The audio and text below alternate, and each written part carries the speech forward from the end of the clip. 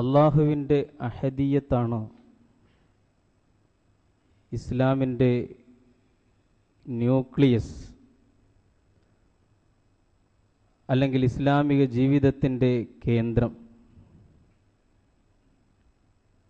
ആ കേന്ദ്രത്തെ ചുറ്റിപ്പറ്റിയാണ് ഒരു ഇസ്ലാമിക ജീവിതം ഭ്രമണം ചെയ്തുകൊണ്ടിരിക്കുന്നത്, അല്ലെങ്കിൽ ഭ്രമണം ചെയ്തുകൊണ്ടിരിക്കേണ്ടത്.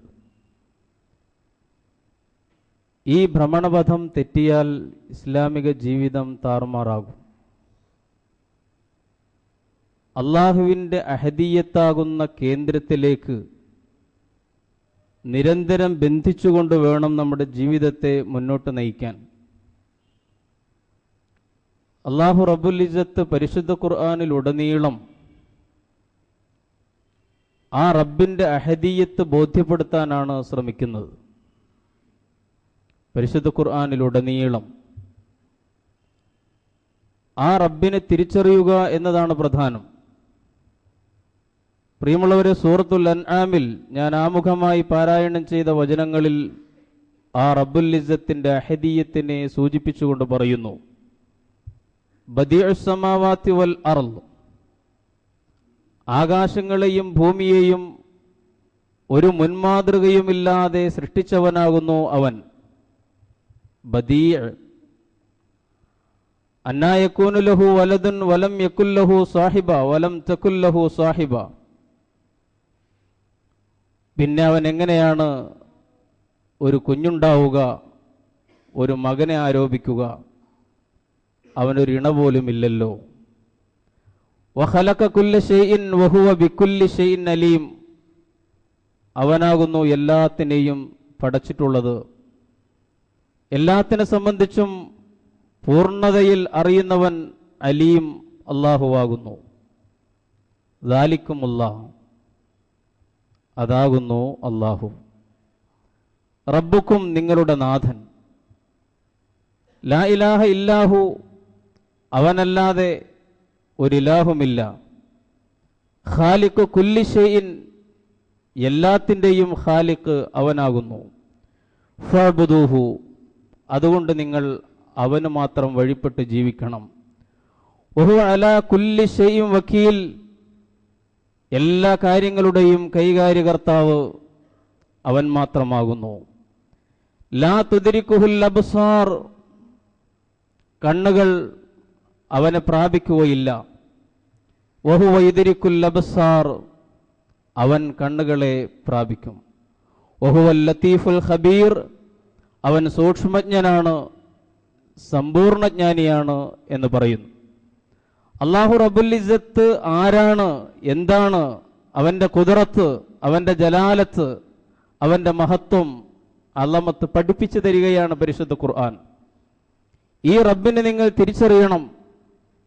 പരിശുദ്ധ ഖുർആനിലുടനീളം ഇതിലേക്കുള്ള ചൂണ്ടുപലകകളാണ് എന്ന് നമ്മൾ അറിയണം.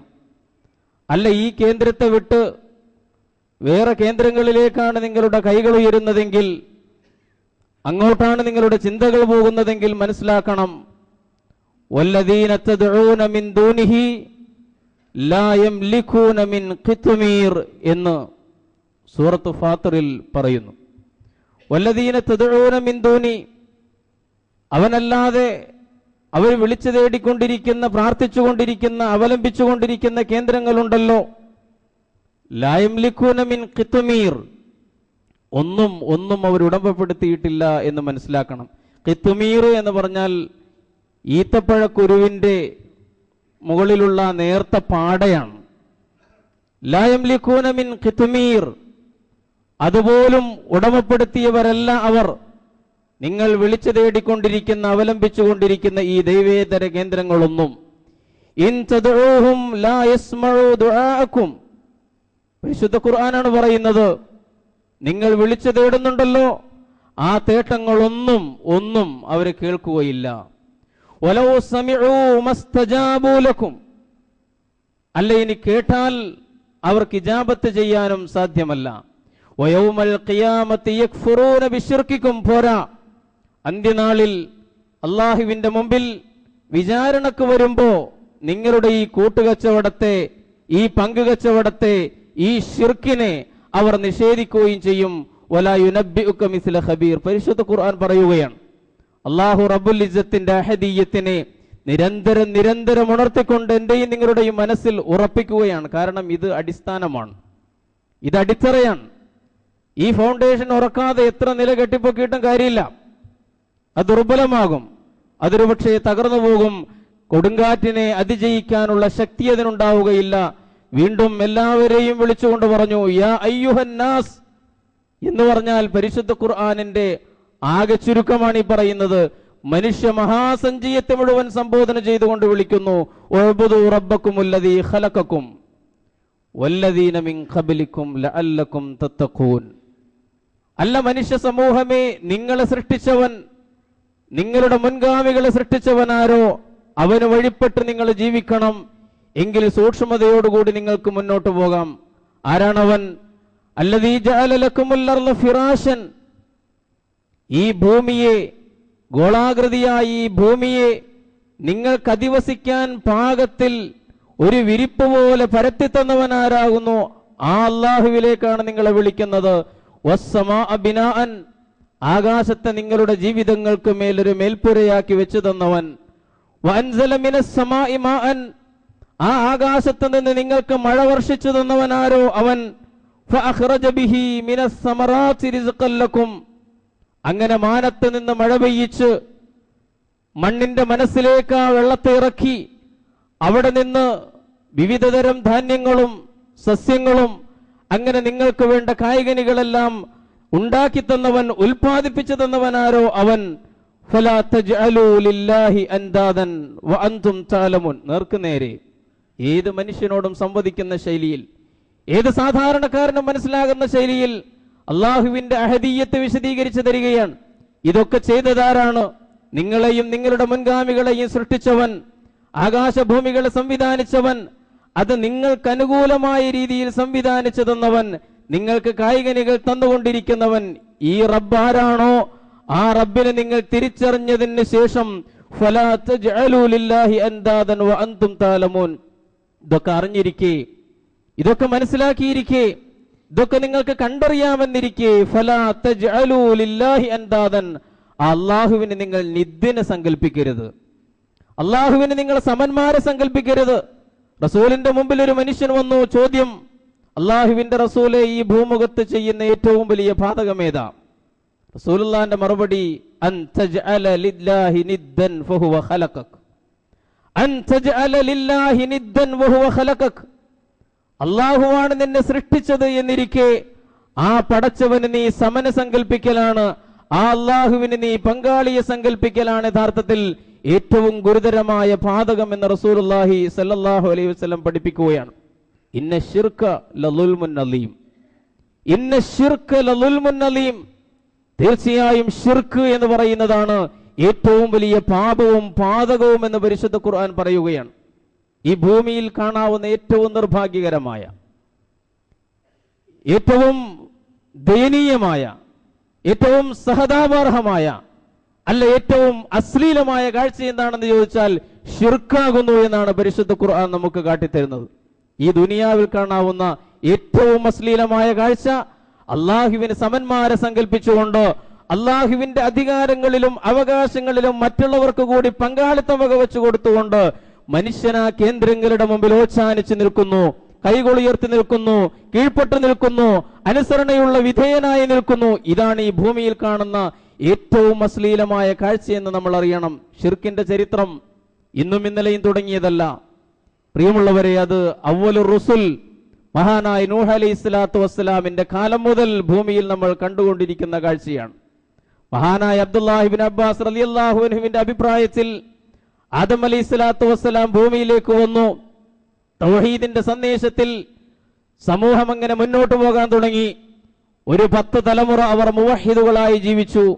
പിന്നെ നൂഹ് അലൈഹിസ്സലാമിനും ആദം അലൈഹിസ്സലാത്തു വസ്സലാമിനും ഇടക്കുള്ള സമൂഹത്തിൽ ജീവിച്ച മഹാന്മാരായ ചില ആളുകൾ, വദ്, സുവാ, യഗൂസ്, യഊഖ്, നസ്ർ പോലുള്ള മഹാന്മാരായ പുണ്യാത്മാക്കൾ അവർ മരണപ്പെട്ടപ്പോൾ പിശാച് പിടികൂടുകയാണ് സമൂഹത്തെ.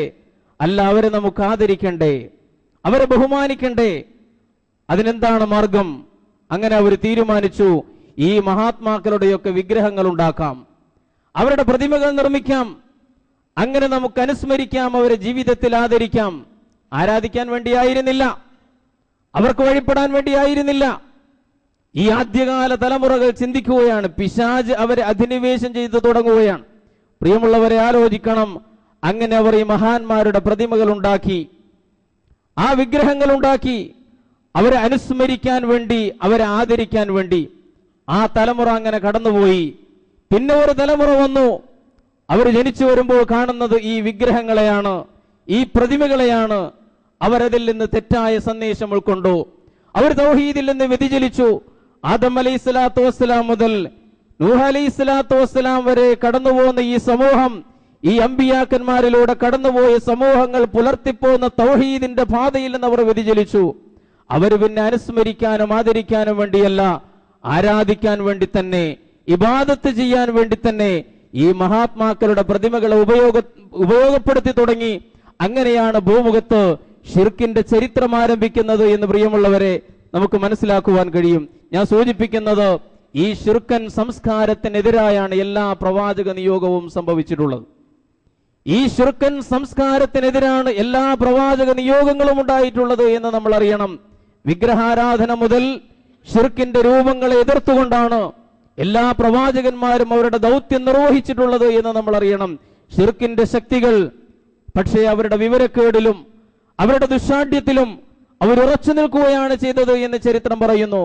ബോധ്യപ്പെടാഞ്ഞിട്ടല്ല, പലപ്പോഴും അമ്പിയാക്കന്മാർ അവരെ ബോധ്യപ്പെടുത്തിയിട്ടുണ്ട്, മുവഹിദുകളായ പ്രബോധകന്മാർ അവരെ ബോധ്യപ്പെടുത്തിയിട്ടുണ്ട്. ഉദാഹരണത്തിന് ഇബ്രാഹിം അലൈഹിസ്സലാത്തു വസ്സലാം, ഇത് ഖാല ലി അബീഹി വ ഖൗമിഹി മാ തഅബുദൂൻ, ഇബ്രാഹിം നബിയുടെ സംവാദത്തിന്റെ സമുജ്വലമായ ചരിത്രം പരിശുദ്ധ ഖുർആൻ ഉദ്ധരിച്ചു. ചോദിക്കുകയാണ് അവരോട്, അല്ല, നിങ്ങൾ എന്തിനാണ് വഴിപ്പെട്ടുകൊണ്ടിരിക്കുന്നത്? എന്തിനെയാണ് നിങ്ങൾ ആരാധിച്ചു കൊണ്ടിരിക്കുന്നത്? എന്തിനോടാണ് നിങ്ങൾ പ്രാർത്ഥിച്ചു കൊണ്ടിരിക്കുന്നത്? ഖാലൂ നഅ്ബുദു അസ്നാമൻ, അവർ പറഞ്ഞു, ഞങ്ങൾ വിഗ്രഹങ്ങളെയാണ് പൂജിച്ചുകൊണ്ടിരിക്കുന്നത്. ഫനളല്ലു ലഹാ ആകിഫീൻ, ആ വിഗ്രഹങ്ങളെ ആരാധിക്കുക മാത്രമല്ല, അവർക്ക് നേർച്ച വഴിപാടുകൾ ചെയ്യും, അവർക്ക് വേണ്ടി ഭജനമിരിക്കും. അങ്ങനെയാണ് ഞങ്ങളുടെ ജീവിതം എന്ന് പറയുമ്പോൾ ഇബ്രാഹിം നബിയുടെ ചോദ്യം, ഖാല ഹൽ യസ്മഊനകും ഇദ് തദഊൻ, ഹൽ യസ്മഊനകും ഇദ് തദഊൻ, അല്ല, നിങ്ങൾ ഈ ദ്വാരക്കുമ്പോ ഇവര് കേൾക്കുന്നുണ്ടോ? നേർക്കുനേരെ സമൂഹത്തോട് സംവദിച്ചുകൊണ്ട് പ്രവാചകൻ ചോദിക്കുകയാണ്, അല്ല, നിങ്ങൾ വിളിച്ചു പ്രാർത്ഥിക്കുന്നത് ഇവരോടാണെന്ന് പറഞ്ഞല്ലോ, ഈ വിഗ്രഹ ദൈവങ്ങൾ ഇവരാരെങ്കിലും നിങ്ങൾ വിളിക്കുമ്പോൾ കേൾക്കുന്നുണ്ടോ? ഔ യൻഫഊനകും ഔ യദുറൂൻ, വല്ല ഉപകാരവും അല്ല വല്ല ഉപദ്രവവും എന്തെങ്കിലും ചെയ്യാൻ ഇവർക്ക് സാധ്യമാകുമോ? ഖാലു, ജനതയുടെ മറുപടി, എല്ലാ മുശ്രിക്ക് സമൂഹങ്ങളുടെയും മറുപടി, ഇന്നോളമുള്ള എല്ലാ മുശ്രിക്ക് സമൂഹങ്ങളും പറഞ്ഞുകൊണ്ടിരുന്ന ബാലിശമായ മറുപടി, ബൽ വജദ്നാ ആബാഅനാ ഖദാലിക യഫ്അലൂൻ, വജദ്നാ ആബാഅനാ ഖദാലിക യഫ്അലൂൻ. തെളിവും കാര്യമൊന്നും ചോദിക്കണ്ട, ബുദ്ധിയൊന്നും യുക്തിയൊന്നും ഞങ്ങളോട് സംസാരിക്കണ്ട. ഞങ്ങളെ സംബന്ധിച്ചിടത്തോളം ഞങ്ങളുടെ കാരണവന്മാരിങ്ങനെ ചെയ്യുന്നത് ഞങ്ങൾ കണ്ടിരിക്കുന്നു, അതുകൊണ്ട് ഞങ്ങൾ അങ്ങനെ ചെയ്യും. വജദ്നാ ആബാഅനാ ഖദാലിക യഫ്അലൂൻ. ബോധ്യപ്പെടുത്തിയാലും ഒരുപക്ഷെ ബോധ്യപ്പെട്ടാലും ഈ ശിർക്കിന്റെ സംസ്കാരത്തിൽ മൂടുറച്ചു നിന്നു മുശ്രിക്കുകൾ. പ്രിയമുള്ളവരെ, അതുകൊണ്ടാണല്ലോ തന്റെ തറവാട്ടമ്പലത്തിലെ വിഗ്രഹങ്ങളെ മുഴുവൻ തകർത്തിട്ട് ഏറ്റവും വലിയ വിഗ്രഹത്തിന്റെ കഴുത്തിൽ കോടാലി ചേർത്ത് ഇബ്രാഹിം നബി പിൻവാങ്ങിയ സംഭവം നമുക്കറിയാം. അതിൽ വിചാരണ നടക്കുകയാണ്. ഇബ്രാഹിം നബി അവരെ ബോധ്യപ്പെടുത്തി, അല്ല, സംസാരിക്കുമെങ്കിൽ ചോദിച്ചു നോക്കൂ, ഈ വലിയ വിഗ്രഹത്തോട്, വലിയ ദൈവത്തോട് ചോദിച്ചു നോക്കൂ, എന്താണ് ഇവിടെ സംഭവിച്ചത്? അവർ പറഞ്ഞു, ഇബ്രാഹിമേ, നിനക്കറിയാമല്ലോ അവർ സംസാരിക്കൂല. അവരങ്ങോട്ടും ഇങ്ങോട്ടും ചർച്ച ചെയ്തു, അവർക്ക് ബോധ്യപ്പെട്ടു. പക്ഷേ ബോധ്യപ്പെട്ടതിന് ശേഷം പരിശുദ്ധ ഖുർആൻ പറഞ്ഞു, സുമ്മനുകിസു അലാ റൂസിഹിം, സുമ്മനുകിസു അലാ റൂസിഹിം, പിന്നെ അവർ തലതിരിഞ്ഞു പോയി, അട്ടിമറിഞ്ഞു കാര്യങ്ങൾ. കാരണം അവർക്ക് ഭൗതിക താല്പര്യങ്ങൾ ഉണ്ടായിരുന്നു. ബോധ്യപ്പെട്ടതിന് ശേഷവും തലതിരിഞ്ഞു പോയി സമൂഹം പറഞ്ഞു, നിങ്ങൾക്ക് നിങ്ങളുടെ ദൈവങ്ങളെ അഥവാ ഈ വിഗ്രഹ വ്യവസ്ഥയെ ഇവിടെ നിലനിർത്തണമെങ്കിൽ ഇബ്രാഹിമിനെ നിങ്ങൾ കൊന്നുകളയണം. വൻസുറു ആലിഹത്തക്കും, അങ്ങനെ നിങ്ങൾ ദൈവങ്ങളെ സഹായിക്കണമെന്ന് മുറവിളി കൂട്ടുന്ന ഒരു ജനതയെയാണ് പ്രിയമുള്ളവരെ പിന്നെ നമ്മൾ കാണുന്നത്. അന്ധമായി പിന്തുടരുകയാണ്. ഈ വിശ്വാസങ്ങൾക്ക് ഒരു അടിത്തറയുമില്ല, ഒരു യുക്തിയുമില്ല, ശിർക്കിന്റെ വിശ്വാസത്തിന് ഒരു ന്യായവുമില്ല. പക്ഷേ അവരന്ധമായിട്ട് ആ വിശ്വാസത്തിന്റെ ശിർക്കിന്റെ പിന്നാലെ പോവുകയാണ്. വത്തഖദൂ മിൻ ദൂനില്ലാഹി ആലിഹത്തൻ വത്തഖദൂ മിൻ ദൂനില്ലാഹി ആലിഹത്തൻ ലഅല്ലഹും യൻസുറൂൻ. തങ്ങൾ സഹായിക്കപ്പെടും എന്നങ്ങനെ കരുതുകയാണ്. ഇവരെ വിളിച്ച് പ്രാർത്ഥിച്ചാൽ, ഈ ദൈവങ്ങളെ, അല്ലാഹു അല്ലാത്ത ദൈവങ്ങളെ വിളിച്ച് പ്രാർത്ഥിച്ചാൽ ഞങ്ങൾക്ക് ഉത്തരം ലഭിക്കുമെന്നും ഞങ്ങൾ സഹായിക്കപ്പെടുമെന്നും അവർ വിചാരിക്കുന്നു. ലാ യസ്തതിഊന നസ്റഹും വഹും ലഹും ജുൻദും മുഹ്ളറൂൻ. ശ്രദ്ധേയമായ പരാമർശം. പ്രിയമുള്ളവരെ, ഞാനും നിങ്ങളും അടിവരയിടണം. സൂറത്ത് യാസീനിൽ അല്ലാഹ് പറയുകയാണ്, ഇവര് അവർക്ക് വേണ്ടി ഒരു സന്നദ്ധ സേനയായിട്ട് നിൽക്കുകയാണ്. വഹും ലഹും ജുൻദും മുഹ്ളറൂൻ. ആർക്ക് വേണ്ടി? ഈ ദൈവങ്ങൾക്ക് വേണ്ടി. ഈ വ്യാജ ദൈവങ്ങളെ സംരക്ഷിക്കാൻ വേണ്ടി ഒരു വലിയ സൈന്യമായി, ഒരു സന്നദ്ധ സംഘമായി, ഒരു ജുൻദും മുഹ്ളറൂനായിട്ട് ഈ ഭക്തന്മാരെ നിൽക്കാൻ എന്ന് പറഞ്ഞാൽ, ഈ ഭക്തന്മാരുടെ സംരക്ഷണത്തിലെ ഈ വ്യാജ ദൈവങ്ങൾക്ക് നിലനിൽപ്പുള്ളൂ എന്നാണ് പരിശുദ്ധ ഖുർആൻ അടിവരയിടുന്നത്. പ്രിയമുള്ളവരെ, വിശദീകരണങ്ങൾ വേണ്ടതില്ലല്ലോ, നമുക്കൊക്കെ അറിയാം. ഇത് വിഗ്രഹ ദൈവങ്ങളുടെ മാത്രം കാര്യമല്ല. എല്ലാ വ്യാജ ദൈവങ്ങളും, ആൾ ദൈവങ്ങൾ, ഇവരൊക്കെ അങ്ങനെയാണ്. ഒരു ജുൻദും മുഹ്ളറൂനുണ്ട് അവരുടെ ചുറ്റും.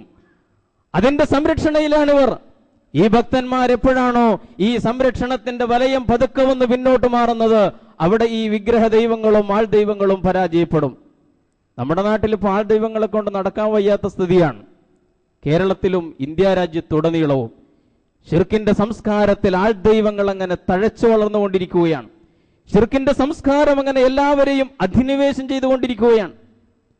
എന്ത് വൃത്തികേടും ചെയ്യാം ആൾ ദൈവങ്ങൾക്ക്. അവരുടെ പിന്നാലെയുണ്ട് അവരെ സംരക്ഷിക്കാനുള്ള ഒരു ജുൻദും മുഹ്ളറൂൻ. അവർക്ക് ജുഡീഷ്യറിയിൽ ആളുകളുണ്ട്, അവർക്ക് പോലീസ് സേനയിൽ ആളുകളുണ്ട്, അവർക്ക് ഉദ്യോഗസ്ഥ വൃന്ദങ്ങളിൽ ആളുകളുണ്ട്, അവർക്ക് വേണ്ടി ഭംഗിയായി പ്രചാരണങ്ങൾ നടത്താൻ ഇവിടെ മീഡിയയുണ്ട്. എല്ലാം കൂടി കൊഴിപ്പിച്ച് വഹും ലഹും ജുൻദുൻ മുഹ്ളറൂൻ, ഈ ദൈവങ്ങൾക്ക് വേണ്ടി ഒരു ജുൻദും മുഹ്ളറൂനായി സന്നദ്ധ സേനയായിട്ട് അവർ നിൽക്കുകയാണ്. മനുഷ്യൻ എന്തുമാത്രം അധപ്പതിച്ചു പോകുന്നു ഈ ശിർക്കിന്റെ സംസ്കാരത്തിൽ എത്തുമ്പോൾ. പരിശുദ്ധ ഖുർആൻ പറഞ്ഞത് ഖറമിനസ് സമാഇ എന്നാണ്. ആകാശത്ത് നിന്ന് വീണവനെ പോലെയാണ് തൗഹീദിൽ നിന്ന് ശിർക്കിലേക്ക് പോയ മനുഷ്യൻ, തൗഹീദിൽ നിന്ന് വ്യതിചലിച്ചു പോയ മനുഷ്യൻ, ശിർക്കിന്റെ ആളായി മാറിയ ഒരാൾ ആകാശത്ത് നിന്ന് വീണവനെ പോലെ. ചിലപ്പോൾ ഏതെങ്കിലും പക്ഷികൾ അവനെ റാഞ്ചിയെടുക്കും, അല്ലെങ്കിൽ അവൻ അഗാധമായ ഗർത്തത്തിലേക്ക് വീണുപോകും. ലഖദ് ഖലഖനൽ ഇൻസാൻ ഫീ അഹ്സനി തഖ്വീം സുമ്മ റദദ്നാഹു അസ്ഫല സാഫിലിൻ. ഏറ്റവും നല്ല ഘടനയിലാണ് മനുഷ്യനെ അല്ലാഹു സൃഷ്ടിച്ചത്. ആ അഹ്സനു തഖ്വീമിൽ സൃഷ്ടിക്കപ്പെട്ട മനുഷ്യൻ ഏറ്റവും വലിയ പതനത്തിലേക്ക്, അഗാധമായ അന്തസ്സുകേടിലേക്ക് മനുഷ്യൻ വീണുപോകും ഷിർക്കിലേക്ക് എത്തുമ്പോൾ. പ്രിയമുള്ളവരെ, ആലോചിച്ചു നോക്കൂ. വലിയ ഭരണാധികാരികൾ, ഇന്ത്യ കണ്ട ഒരു വലിയ പ്രധാനമന്ത്രി, പണ്ടുകാലത്ത് പത്രങ്ങളിലൊക്കെ വന്ന ഒരു കാര്യമാണ്. ആ പ്രധാനമന്ത്രി ഒരു നഗ്നനായ ആൾ ദൈവത്തിന്റെ കാലിന്റെ താഴെ സ്വന്തം ശിരസ് വെച്ചുകൊണ്ട് നിൽക്കുന്ന ഒരു പടം പത്രങ്ങളിലൊക്കെ വന്നിരുന്നു. മനുഷ്യൻ അധപ്പതിക്കുകയാണ്, മനുഷ്യൻ അധപ്പതിക്കുകയാണ്. ഈ കഴിഞ്ഞ ദിവസങ്ങളിൽ നമ്മൾ വായിച്ചല്ലോ, ഹരിയാനയിലെ ഹിസാറിൽ ഒരു വലിയ ആശ്രമത്തിൽ ഒരാൾ ദൈവം. ആ പേരിന്റെ മുമ്പിലും പിന്നിലുമൊക്കെ ഇതുപോലുള്ള വിശുദ്ധമായ വേദികളിൽ നിന്ന് ആ പേര് പോലും ഉച്ചരിച്ചുകൂടാ എന്നാണ് എനിക്ക് തോന്നുന്നത്. പേരിന്റെ മുമ്പിൽ ജഗദ്ഗുരു എന്നും പേരിന് ശേഷം മഹാരാജ് എന്നും ചേർത്തുകൊണ്ട് ഒരു ഒന്നാന്തരം ക്രിമിനൽ 49 സമൻസുകൾ കോടതി അയാൾക്ക് നേരെ അയച്ചിട്ടുണ്ട്. ഒന്നിൽ പോലും അയാൾ ഹാജരായില്ല എന്നാണ്. ഒന്നാന്തരം ക്രിമിനലുകൾ ആൾ ദൈവങ്ങളായി വാഴുന്ന ഒരു നാടായി നമ്മുടെ നാട് മാറുകയാണ്. 12 ഏക്കറോളം വരുന്ന വലിയ ഒരു ആശ്രമത്തിന്റെ പീഠത്തിൽ അങ്ങനെ ഇരിക്കുന്നു ഈ ജഗദ്ഗുരു. 25 ലക്ഷത്തോളം വരുന്ന അയാളുടെ അനുയായികൾ. പ്രിയമുള്ളവരെ, ചിന്തിക്കണം. അയാളാണ് ദൈവം എന്ന് വിചാരിക്കുന്ന, അയാൾ പറയുന്നത് അക്ഷരം പ്രതി പാലിക്കാനുള്ള ഒരു ജുൻദും മുഹ്ളറൂൻ. എന്നിട്ട് ആ മനുഷ്യൻ അവിടെ നിന്ന് പലതും പറയും. അദ്ദേഹം അങ്ങനെ ധ്യാനത്തിലിരിക്കും. അപ്പൊ പാലഭിഷേകം നടത്തും. ആ പാലഭിഷേകം അങ്ങനെ കഴിയുമ്പോൾ പ്രിയമുള്ളവരെ ചിന്തിക്കണം.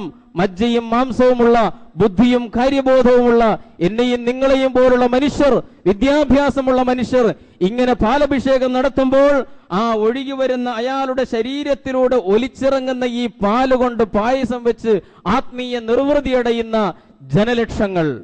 ഈ പ്രബുദ്ധ നാട്ടിൽ ഇത്രമേറെ സയൻസ് പുരോഗമിച്ചു, ടെക്നോളജി പുരോഗമിച്ചു. നമ്മൾ ചൊവ്വയിലും വ്യാഴത്തിലുമൊക്കെ കറങ്ങി നടക്കുന്ന കാലമാണ്. പ്രിയമുള്ളവരെ, മനുഷ്യരെന്തുമാത്രം മതപ്പതിച്ചു പോകും. ഉന്നതമായ വിധാനത്തിൽ നിന്ന് പരിശുദ്ധ ഖുർആൻ പറഞ്ഞതുപോലെ ഹർറമിനസ്സമായി, ആകാശത്തുനിന്ന് വീണവനെ പോലെ ഏതെങ്കിലും പക്ഷി അവനെ റാഞ്ചിക്കൊണ്ടുപോകും, അല്ലെങ്കിൽ അഗാധമായ ഗർത്തത്തിൽ വീഴും. ഇതാണ് മുവഹിദിന്റെ വിപരീത ദിശയിൽ ഒരു മുശ്രിക്കിന്റെ സ്ഥാനമെന്ന്, മുശ്രിക്കിന്റെ അവസ്ഥയെന്ന് പരിശുദ്ധ ഖുർആൻ വിശദീകരിച്ചു തരികയാണ്. ജുന്ദും മുഹ്ദറൂൻ എന്ന് പരിശുദ്ധ ഖുർആൻ പറഞ്ഞു സൂറത്ത് യാസീനിൽ. അക്ഷരാർത്ഥത്തിൽ അദ്ദേഹത്തിന് ഒരു സേനയുണ്ട് എന്നാണ് പറയുന്നത്. 4000 പേരടങ്ങുന്ന ഒരു സേന. നമ്മുടെ രാജ്യത്തെ നിയമ സംവിധാനങ്ങളെ മുഴുവൻ വെല്ലുവിളിച്ചുകൊണ്ട് വളരാൻ കഴിഞ്ഞ ഒരു സേന. ഇത് ഇന്നലെ പൊട്ടിമുളച്ചുണ്ടായതല്ല. ഇത് വളരെ സമർത്ഥമായ ആസൂത്രണങ്ങളിലൂടെ ഉണ്ടാക്കപ്പെട്ടതാണ്. അതിനെല്ലാ പിന്തുണയും പിൻബലവും ഇവിടുത്തെ സംവിധാനങ്ങൾ ചെയ്തിട്ടുണ്ട്. അവസാനം ഈ സംവിധാനങ്ങളെ മുഴുവൻ വെല്ലുവിളിക്കുന്ന അവസ്ഥയിലേക്ക് ആൾദൈവങ്ങൾ വളരുകയാണ്. 4000 പേരുള്ള ഒരു സേന. ആ സേനക്ക് പരിശീലനം കൊടുക്കുന്നതാരാ? നമ്മുടെ രാജ്യത്തെ ഉന്നതമായ സൈനിക വൃത്തങ്ങളിൽ നിന്ന് വിരമിച്ച വലിയ കമാൻഡോകൾ. അവര് പരിശീലനം കൊടുക്കുന്ന സന്നദ്ധ സേന. പരിശുദ്ധ ഖുർആൻ 14 ശതകങ്ങൾക്കപ്പുറം പറഞ്ഞു, ഉഹും ലഹും ജുന്ദും മുഹ്ദറൂൻ. ഇവർക്ക് വേണ്ടി കൊല്ലാനും ചാകാനും മടിയില്ലാതെ നിൽക്കുന്ന ഒരു സംഘം, ഒരു സന്നദ്ധ സേനയുണ്ടാകും. അവരുടെ ചുറ്റിലുമാണ് പോലീസുമായിട്ട് ഏറ്റുമുട്ടുന്നു. 6-7 മരണം സംഭവിക്കുന്നു. പ്രിയമുള്ളവരെ, വിശദീകരിക്കേണ്ടതില്ല. ഇങ്ങനെ ശിർക്കിന്റെ സംസ്കാരം തഴച്ചു വളർന്നുകൊണ്ടിരിക്കുമ്പോൾ വളരെ ഗൗരവത്തിൽ ഇസ്ലാമിക സമൂഹം ചിന്തിക്കേണ്ടതുണ്ട്. ശിർക്കിന്റെ ലക്ഷണങ്ങൾ, ശിർക്കിന്റെ അംശങ്ങൾ, ശിർക്കിന്റെ സംസ്കാരം, അള്ളാഹുവിന്റെ അധികാരവും അള്ളാഹുവിന്റെ അവകാശവും മറ്റുള്ളവർക്ക് വകവെച്ചു കൊടുക്കുന്ന സമീപനങ്ങൾ, അത് ആരാധനയായാലും അനുസരണമായാലും ദാസ്യവൃത്തിയായാലും അള്ളാഹു റബ്ബുൽ ഇസ്സത്തിന് കൂടാതെയുള്ള കേന്ദ്രങ്ങളിലേക്ക് വിടുന്ന ഒരു സമീപനമോ സംസ്കാരമോ അതിന്റെ അംശലേശങ്ങളോ എന്റെയും നിങ്ങളുടെയും ജീവിതത്തിലേക്ക്, മനസ്സിലേക്ക്, സമീപനങ്ങളിലേക്ക് കടന്നു വരുന്നുണ്ടോ എന്ന് വളരെ ഗൗരവത്തിൽ നമ്മൾ ആത്മപരിശോധന നടത്തണം. നമ്മൾ ഉറപ്പിക്കണം. മഹാനായ ഷഹീദ് സയ്യിദ് ഖുതുബ് മുഫസ്സിറുൽ ഖുർആൻ, അദ്ദേഹം ഈ ആയത്തിന്റെ ചുവട്ടിൽ എഴുതും, നമ്മൾ ശരിക്കും മനസ്സിലാക്കിക്കൊള്ളണം, ലാ ഇസ്മത ലിൽ ബശരിയ്യ ഇല്ലാ ബിത്തൗഹീദിൽ ഖാലിസ്. കളങ്കമില്ലാത്ത കറകളഞ്ഞ തൗഹീദ് കൊണ്ടല്ലാതെ മനുഷ്യ സമൂഹത്തിന് രക്ഷയില്ല എന്ന് തിരിച്ചറിയണം നമ്മൾ.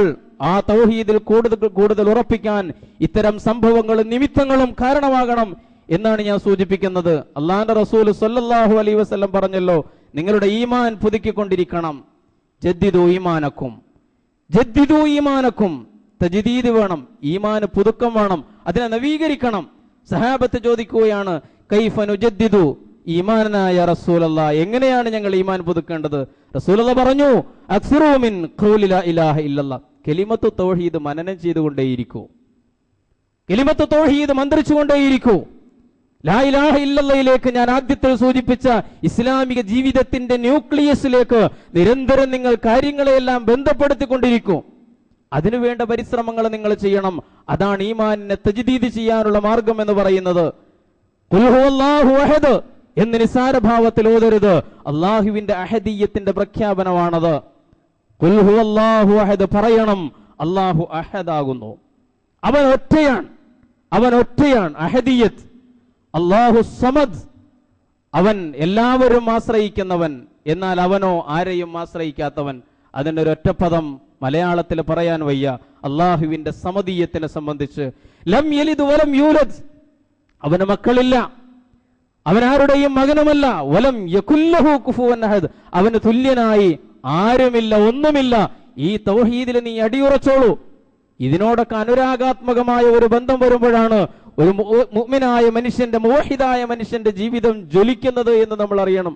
റസൂലുള്ളാഹി ഒരാളോട് പറഞ്ഞല്ലോ, ഖുൽ ഹുവല്ലാഹു അഹദ്, എനിക്ക് വല്ലാത്ത ഇഷ്ടമാണ് റസൂലേ എന്ന് പറഞ്ഞപ്പോൾ റസൂലുള്ളാഹി പറയുകയാണ്, ഹുബ്ബുക ഇയ്യാഹ അദ്ഖലക്കൽ ജന്ന, ഹുബ്ബുക ഇയ്യാഹ അദ്ഖലക്കൽ ജന്ന.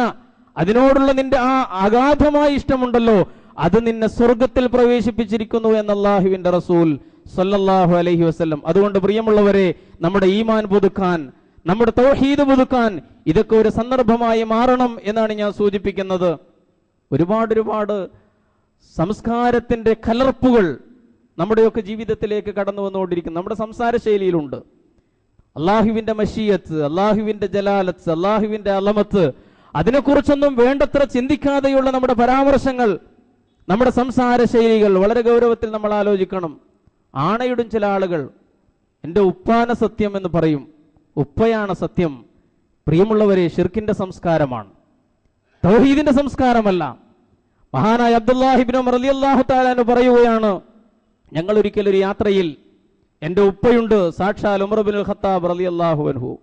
ഞങ്ങൾ അങ്ങനെ യാത്ര പോകുമ്പോൾ ഒരിക്കൽ ഉപ്പ ഇങ്ങനെ ആണയിട്ട് പോയി. ഉപ്പ പറഞ്ഞു, ഞാൻ എൻ്റെ ഉപ്പാനെ കൊണ്ട് ആണയിടുകയാണ് എന്ന്. റസൂലുള്ളാഹി സ്വല്ലല്ലാഹു അലൈഹി വസല്ലം അത് കേട്ടു. റസൂലുള്ളാഹി വിളിച്ചു, എന്നിട്ട് ഉറക്കെ പറഞ്ഞു, അലാ ഇന്നല്ലാഹ യൻഹാകും അൻ തഹ്ലിഫു ബിആബായിക്കും. നിങ്ങളുടെ പിതാക്കന്മാരുടെ പേരിൽ നിങ്ങൾ ആണയിടുക എന്ന് പറയുന്നത് നിശ്ചയമായും റബ്ബുൽ ഇസ്സത്ത് നിരോധിച്ച കാര്യമാകുന്നു. ഫമൻ കാന ഹാലിഫൻ ഫല്യഹ്ലിഫ് ബില്ലാഹ് വഇല്ലാ ഫല്യസ്മുത്. അതുകൊണ്ട് ആർക്കെങ്കിലും ആണയിടണമെന്നുണ്ടെങ്കിൽ, സത്യമിടണമെന്നുണ്ടെങ്കിൽ അവൻ അള്ളാഹുവിന്റെ പേരിൽ സത്യമിടട്ടെ, അതല്ലെങ്കിൽ അവൻ മിണ്ടാതിരുന്നു കൊള്ളട്ടെ എന്ന് അള്ളാഹുവിന്റെ റസൂൽ സല്ലല്ലാഹു അലൈഹി വസല്ലം പറഞ്ഞു എന്ന്. വീഴ്ച പറ്റിയാൽ, അറിവുകേട് മൂലം വീഴ്ച പറ്റിപ്പോയാൽ, മറന്നുപോയാൽ ഫല്യഖുൽ ലാ ഇലാഹ ഇല്ലല്ലാഹ്, കലിമത്തു തൗഹീദ് പറഞ്ഞുകൊണ്ട് അതിന് പ്രായശ്ചിത്തം ചെയ്യണമെന്ന് പഠിപ്പിച്ച അള്ളാഹുവിന്റെ റസൂൽ സല്ലല്ലാഹു അലൈഹി വസല്ലം. അള്ളാഹുവിന്റെ മശീയത്ത് അതിനെക്കുറിച്ച് ബോധമില്ലാതെ നമ്മൾ പലപ്പോഴും സംസാരിച്ചു പോകുന്നുണ്ട്. ഞാൻ സൂചിപ്പിക്കുന്നത്, തൗഹീദിന്റെ ശൈലികൾക്കും സംസ്കാരത്തിനും പകരം ഒരുപക്ഷെ നിസാരമെന്ന് നമുക്ക് തോന്നാം, ഷിർക്കിന്റെ ശൈലികൾ പലപ്പോഴും കടന്നു വരുന്നു. അള്ളാഹുവിന്റെ മശീയത്തിൽ ഉറച്ച ബോധ്യമുള്ളവരാണ് മുവഹിദുകൾ. അള്ളാഹു ഉദ്ദേശിച്ചാലാണ് കാര്യങ്ങൾ നടക്കുക. അള്ളാഹുവാണ്, അള്ളാഹുവിന്റെ മശീയത്തനുസരിച്ചാണ് എല്ലാ കാര്യങ്ങളും നീങ്ങുക. ഇൻഷാ അല്ലാഹ് എന്ന് പറയണം. അത് തൗഹീദിന്റെ സംസ്കാരം.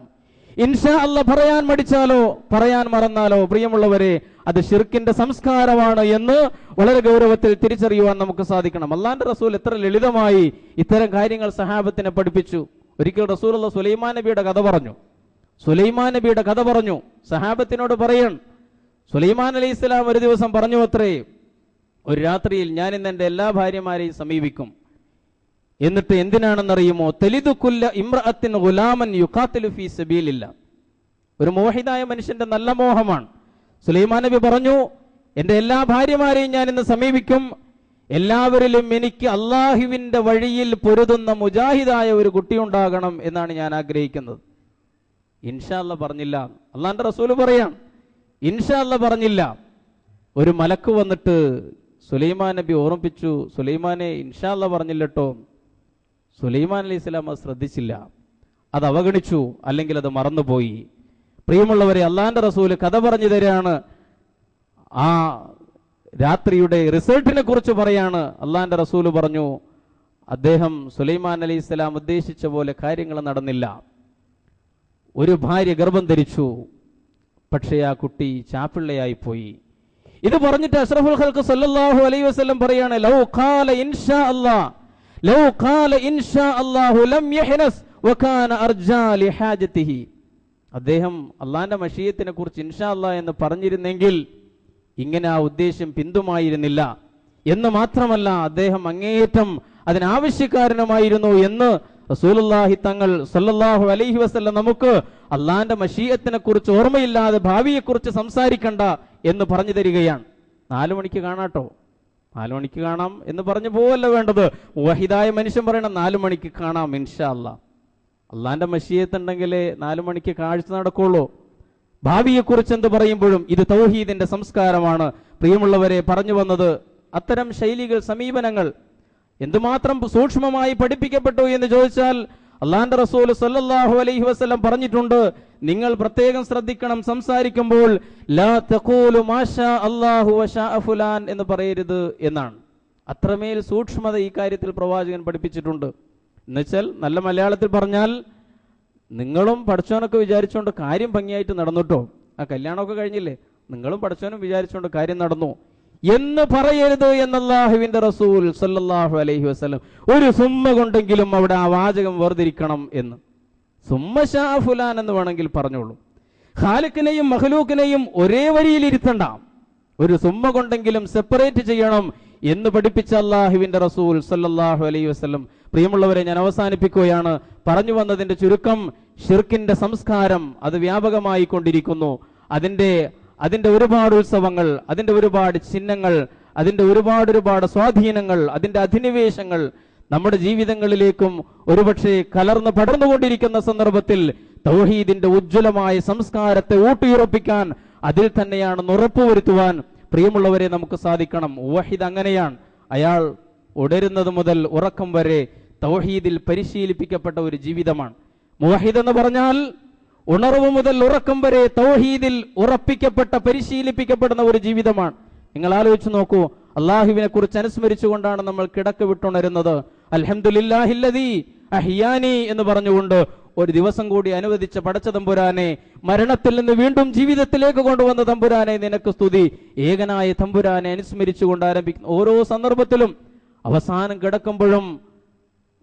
കിടക്കുമ്പോഴും ആയത്തുൽ അഅ്ല ഓതി തടവിക്കിടക്കുന്നവനാണ് മുവഹിദ്. ഇതൊന്നും അന്ധവിശ്വാസമല്ല. പുരോഗമനത്തിന്റെ പേരിൽ ആരും ഭുജിക്കണ്ട. ഇതൊന്നും അന്ധവിശ്വാസമല്ല. അള്ളാഹിന്റെ റസൂല് പഠിപ്പിച്ചു തന്ന കാര്യമാണ്. കിടക്കാൻ പോകുമ്പോൾ മുഅ്മിനായ മനുഷ്യൻ ഉളവെടുക്കണം നിസ്കാരത്തിൽ എന്ന പോലെ.